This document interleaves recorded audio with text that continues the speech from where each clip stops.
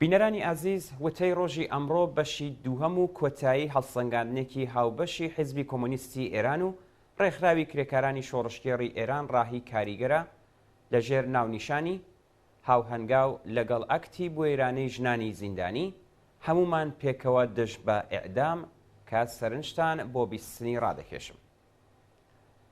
خاڵی چوارم، چەقبەستووی و بە بنبەستگەیشتنی سیاسەتی دەرەوەی ڕژیم و شکستی گوتاری ڕژیم لە سیاسەتی دەرەوەدا ڕۆژ لە دوای ڕۆژ زیاتر دەردەکەوێت.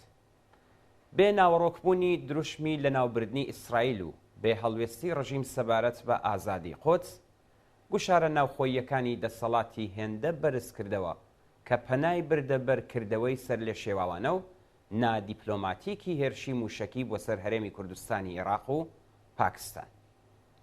هێرشگەلێکی کە هەڵە بوون و نالۆژیک بوونیان ڕۆژ بە ڕۆژ تەنانەت لەلایەن هێزەکانی ناوخۆی دەسەڵاتەوە قسە و باسییان لەسەر دەکرێت. زانیاری ناڕاست و ساختە سەبارەت بەو بازرگانە کوردەی هەولێر هێندە جێگەی ڕسوایی و شەرمەزاری بوو کە ئاژانسی هەواڵی تەسنیم خۆی کشاندە دواوە و پرێستیڤی لە کاناڵێکی ئەمنیەتیەوە ڕایگەیاند کە ئامادە نییە سەرچاوەکەی ئاشکرا بکات. ئەم کردەوە ترۆریستیەی دەسەڵات ڕق و تووڕەیی خەڵکی ناوچەکەی وروژاندووە و بەڕێوەچوونی چەندین خۆپیشاندانی بەربڵاو لەلایەن خەڵکی کوردستانی عێراقەوە ئاستی ئەو نەفرەت تووڕەیە دەردەخات. تەنانەت ژووری بازرگانی هەرێمی کوردستان لە ڕێگەی ئاگاداریەکەوە کڕینی کەلوپەلی ئێرانی قەدەغە کردووە و داوای لە خەڵک کردووە کە لە بری ئەوە کاڵای تورکیە و سعودیە و ئۆردۆن بکڕن. کارگەشتوتە ئاستێک کە بوونی ئێرانیەکانیش لە هەرێمەکەدا کەوتووەتە ژێر پرسیارەوە. ئەگەر پەیوەندیەکانیان لەگەڵ پاکستان بە سات و سەودای سیاسی چارەسەر بوو بێت، بەڵام پرسەکە لە هەرێمی کوردستانی عێراق و وڵاتی عێراق هێشتا کراوە و جددیە. شکستی دیپلۆماسیەتی کۆماری ئیسلامی لە پەیوەند لەگەڵ پاکستان و عێراق لەلایەک و ڕەزامەندی ناڕاستەوخۆی رووسیا لەگەڵ کردنەوەی ڕێگای زەنگزۆر کە پەیوەندی نێوان ئێران و ئەرمنستان بە تەواوی دەبڕێت، نیشانەی شکستە ئیستراتیژیکەکانی کۆماری ئیسلامیە.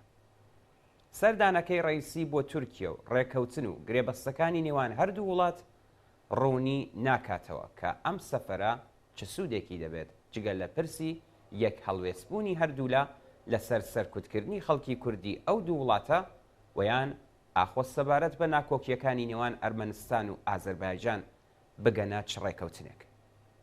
لە هەر حاڵدا پاسیفبوونی ڕسوا و سەرشۆڕانەی کۆماری ئیسلامی لە شەڕی غەزەدا کە شکستی دروشمە پوچ و بێبنەماکانی ڕژیمی ئاشکرا کرد، کردەوەی ئێجگار مەترسیداری هێرش بۆ سەر پاکستان و هەرێمی کوردستان، پشتیوانی رووسیا و چین لە ئیدعاکانی ئیمارات سەبارەت بە خاوەندارێتی بەسەر سێ دوورگەی کەنداوی فارس و بێتوانایی ڕژیم لە ئاز پێشگرتن بە دەستڕێژیەکانی کۆماری ئازربایجان بۆ سەر ئەرمەنستان و مەترسی داخرانی ڕێگای نێوان ئێران و ئەرمەنستان، هەمووی ئەمانە ئاماژەن بۆ هەڵوێست و پێگەی لاوازی ڕژیم و گۆشەگیری هەرچی زیاتری لە ناوچەکە.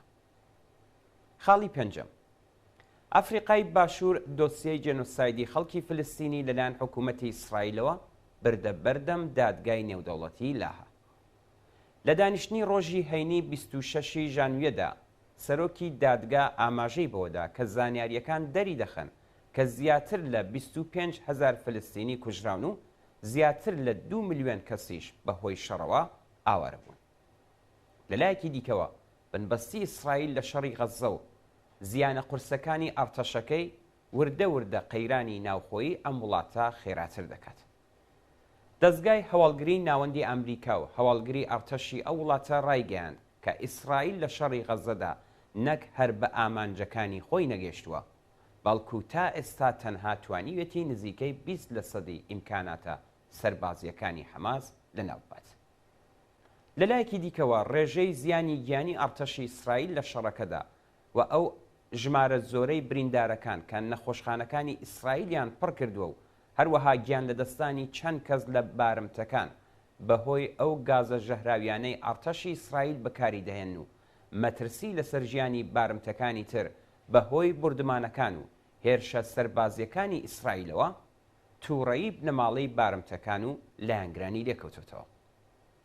ڕاپرسیەکان باس لە دابەزینی پشتیوانیەکان لە نەتانیاهۆ دەکەن و گوشارەکان بۆ هەڵبژاردننی پێشوەختە ڕۆژ لە دوای ڕۆژ زیاتر دەبن. لێدوانی ڕاشکاوانەی نەتانیاهۆ سەبارەت بە ڕەتکردنەوەی پلانی دوو دەوڵەتی و هەوڵدان بۆ مەحاڵکردنی پرسی دروستبوونی دەوڵەتی فلستینیش بۆتە هۆی دژایەتی و ناڕزایەتی ئاشکرای ئەمریکا و ئوروپا. بەهۆی دروستبوونی کەلێن و دووبەرەکی نێوخۆییەکانی کۆمەلگای ئیسرائیل و باڵە سیاسیەکان و دژایەتی ئاشکرای ئەمریکا و ئوروپا لەگەڵ سیاسەتەکانی نەتانیاهۆ ئەستێرەی بەختی ناوبراو بۆ مانەوەی لە دەسەڵاتدا ڕووی لە ئاوابوون کردووە. لەوەها بارودۆخێکدا بەنیامین نەتانیاهۆ و دەوڵەتە فاشیستەکەی زۆر هەوڵ دەدەن بۆ ئەوەی پڕشکی شەڕەکە ئێرانیش بگرێتەوە و شەڕی نێوان کۆماری ئیسلامی و ئەمریکا زیاتر پەرەپسێنێت. جگەلەوەش هێرشی حوسیەکان بۆ سەر کەشتیە ئەمریکایی و ئیسرائیلەکان لەلایەک و هێرشی ملیشیەکانی عێراق بۆ سەر بنکە ئەمریکاییەکان وردەوردە کۆماری ئیسلامی بەرەو ئەو شەڕە پەلکێش دەکات. بەشێک لە فەرماندە سەربازیەکانی ئەمریکا بە ئاشکرا ئاماژە بە ڕۆڵی کۆماری ئیسلامی لەم هێرشە بە وەکالەتانەدا دەکەن کە ئەوەش ئاماژەیە بۆ گوشاری هێزە نظامیەکانی ئەمریکا بۆ سەردەوڵەتی بایدن بۆ زەربەلێدان و تۆڵەسەندنەوە لە کۆماری ئیسلامی. ئەم بابەتە دەتوانێت مەترسی پەرەسەندنی شەڕ زیاتر بکات. واقعیەت ئەوەیە کە ڕوودانی شەڕێکی هەرچەندە سنوورداریش بێت لەوانەیە ئیمکاناتی ڕژیم بۆ سەرکوتکردنی بزوتنەوەی جەماوەری پەرەپێ بدات. خاڵی شەشەم، دۆخی ئابووری وڵات لەم هەلومەرجەی ئێستادا بە جۆرێکە کە خەڵک ناچارن لەلایەکەوە لەگەڵ گوشارێکی لە ڕاددەبەدەری ئابووری دەست و پەنجە نەرمکەن، ئەویش لە هەلومەرجێکدا کە دەسەڵات ناچارە تەنانەت نانیش بکاتە جیرەبەندی و لەلایەکی دیکەشەوە بەردەوام لە پێناو ویست و داواکاریەکانیاندا خەبات بکەن. لە دۆخێکی لەم شێوەیەدا بەردەوام لە بەشە جۆرا و جۆرەکان لەوانە لە کرێکارانی گرێبەستی نەتەوە بگرێت تا خانەنشینان و هێتر شاهدی بەڕێوەچوونی ناڕزایەتی و مانگرتنی.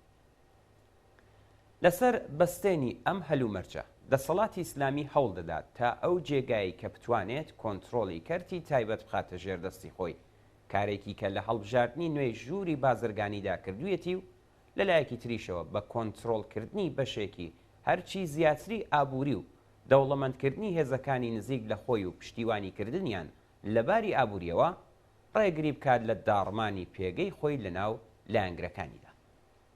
ئەم سیاسەتەی دەسەڵات بە شێوەیەکی کە لە ئابووریشدا هاوشێوەی سیاست هەوڵ بۆ یەکدەستکردن و بەرەو پێشبردننی سیاست گەلێکی تایبەت بەخۆی هەیە کە بەرنامەی حوتمی گەشەپێدان بەیانگەری ئەم سیاسەتە شێوە فاشیستیە.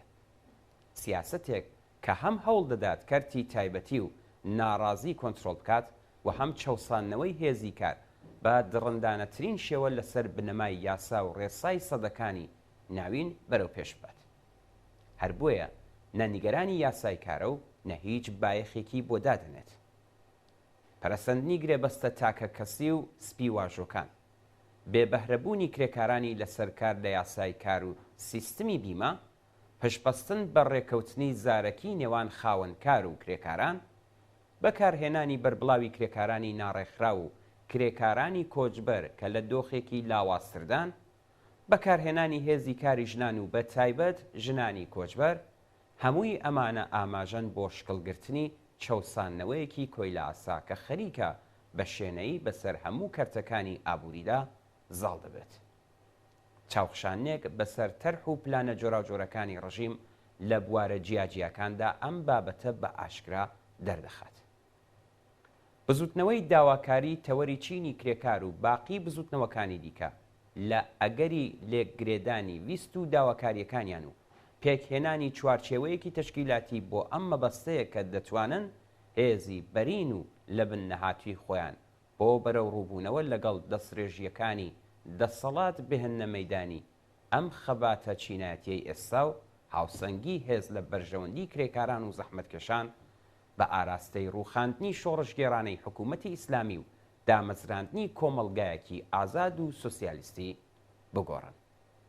بڕوخێ ڕژیمی کۆماری ئیسلامی سەرکەوتوو بێت شۆڕشی کۆمەڵانی خەڵکی ئێران بەژی ئازادی، دموکراسی و سۆسیالیزم.